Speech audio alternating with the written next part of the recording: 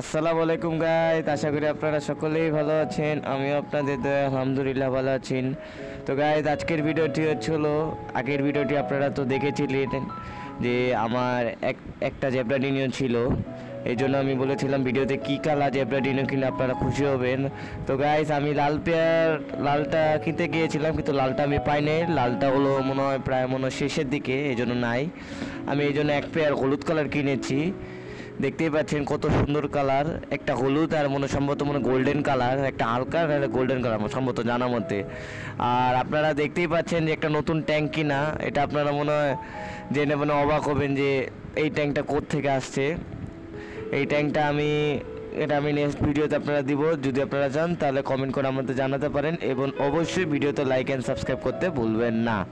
আল্লাহ হাফেজ। এবং পরের ভিডিও কী সম্পর্কে চান সেটা নিয়ে আপনাদের কমেন্ট করে আমাদেরকে জানাতে পারেন।